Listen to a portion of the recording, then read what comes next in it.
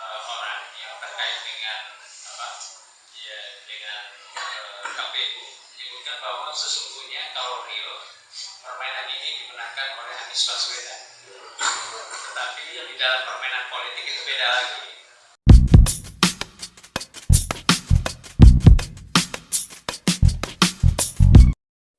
Oke, assalamualaikum warahmatullahi wabarakatuh. Berjumpa kembali dengan Ijah Channel.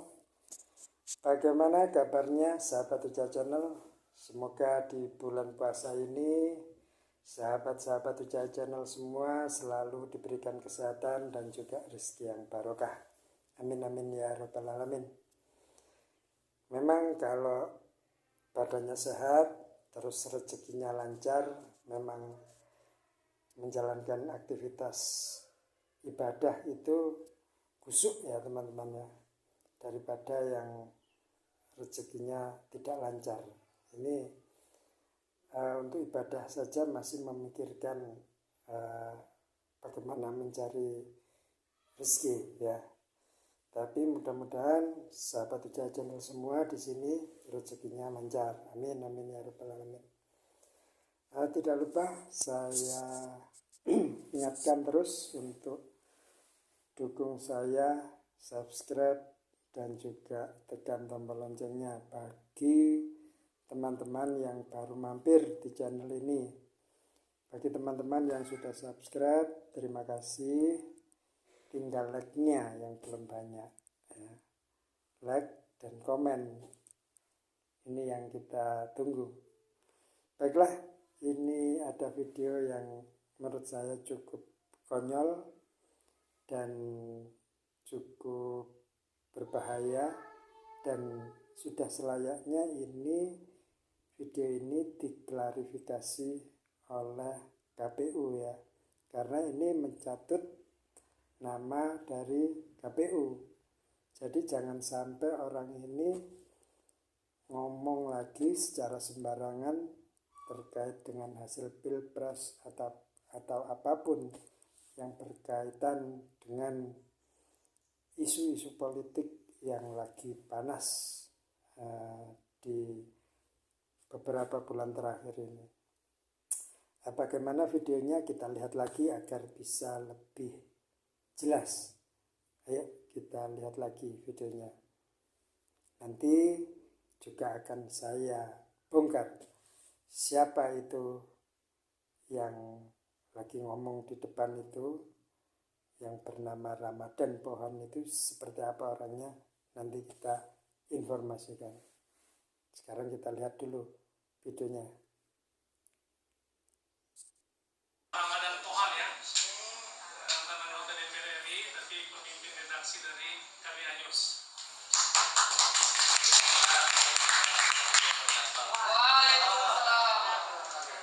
Bapak, Ibu, dan saudara-saudara sekalian, saya kira apa yang sudah disampaikan oleh para narsum, orang-orang yang kita hormati di depan, itu sudah cukup mewakili dan cukup merepresentasikan perasaan dari 26 juta pemilih Anies Baswedan Muhaimin Iskandar yang terrekod ya. Yang tidak terrekod yang dicurangi saya nggak tahu jumlahnya berapa. Karena kemarin saya juga bertemu dengan orang yang terkait dengan KPU menyebutkan bahwa sesungguhnya kalau real permainan ini dimenangkan oleh Anies Baswedan, tetapi yang di dalam permainan politik itu beda lagi. Nah, tetapi hari ini kita berkumpul di sini dengan doa, dengan semangat, kita dipersatukan oleh rasa tidak ingin dizalimi. Kita dipersatukan oleh rasa bahwa demokrasi itu tidak sekedar menang dan kalah dan menghalalkan segala cara, tapi adalah menetapkan pemimpin yang benar-benar pilihan dari rakyat, bukan dari hasil curang. Setuju ya? Setuju. Nah, saya kira itu yang membuat kita berkumpul. Dan kalau tadi ini dari kami pertanyaan dari Pak Tori tadi, kawan dulu kami sesama Demokrat. saya kira memang bagus Pak ya, bahwa ada gerakan di sini, ada gerakan di situ, waktu yang berbeda karena memang terseret, nggak apa-apa. Saya kira tidak harus mengumpul satu, dipukul satu langsung selesai. Saya kira itu juga tadi ya strategi dari Presidium GKPR dari Profesor Din, sehingga ketika Profesor Din diamankan oleh kekuasaan, masih ada 8 lagi presidium, jadi susah, akan muncul terus. Saya kira itu salah satu taktik dari untuk tidak cepat gerakan ini dimatikan gitu. Dan Pak Din menyadari sekali potensi-potensi penembosan yang akan dilakukan gitu. Apabila terpusat pada satu, jadi terpusat kepada dengan presidium yang ada 9, itu saya kira ada cukup bagus. Dan gerakan-gerakan itu Pak Torik, bahwa ada di KPU, ada di DPR, ada di mana-mana, di berbagai tempat, itu bagus. Yang menjadi masalah adalah kalau tidak ada gerakan. Tapi ini biarkan aja gitu, sporadis, nanti pada akhirnya kita akan mengumpul. Kita ingat tahun 98. Oke,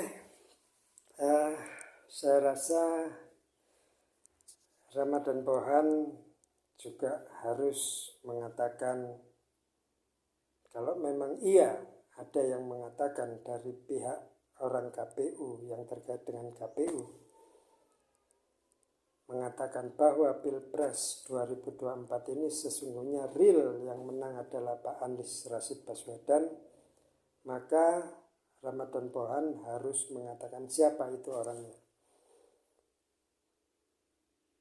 Jabatannya apa di KPU, dan di KPU mana?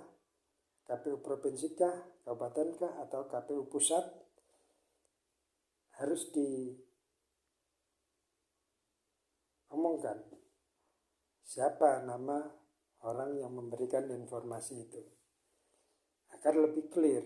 Dan pihak KPU sendiri harus klarifikasi dengan pernyataan Ramadan Pohan ini. Jadi informasinya tidak liar. Berbahayanya informasi ini jika diterima oleh masyarakat, maka nama KPU lah yang akan menjadi pertaruhan. Nama KPU lah yang akan menjadi jelek dan buruk di mata masyarakat. Karena informasi ini jelas yang menang Pilpres 2024 adalah secara real adalah Anies Rashid Baswedan. Tapi kemudian nanti dan saat ini di Realcon maupun Quickcon dan juga hasil pleno yang memenangkan untuk sementara adalah Pak Prabowo Subianto. Nah, dari hasil KPU dan juga apa yang disampaikan Ramadan Pohan ini sesuatu yang berbeda. Jangan sampai masyarakat kemudian menilai bahwa apa yang disampaikan Ramadan Pohan ini adalah sesuatu yang benar. Jika masyarakat menilai yang disampaikan Ramadan Pohan ini benar, maka masyarakat akan menilai bahwa KPU memang benar-benar melakukan kecurangan.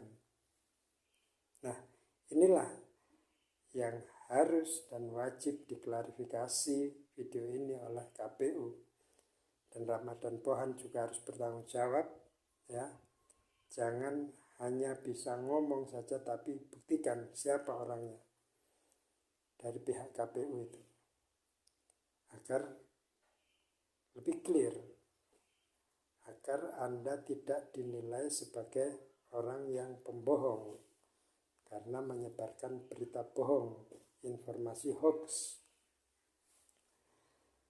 Dan perlu Anda ketahui, sahabat Uja Channel, bahwa Ramadan Pohan ini sebenarnya dulunya adalah seorang politisi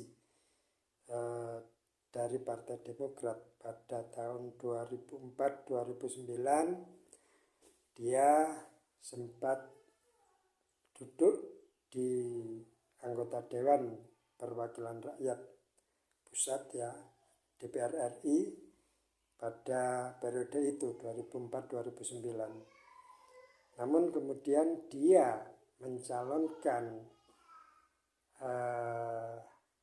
sebagai wali kota Medan tahun 2016.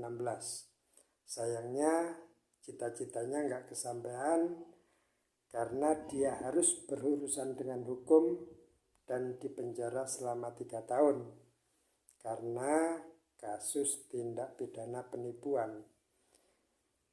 Dia menipu 2 temannya yang bernama Rotua Simanjuntak dan juga Lauren. Menipu dia mencalonkan wali kota itu tidak punya dana ya.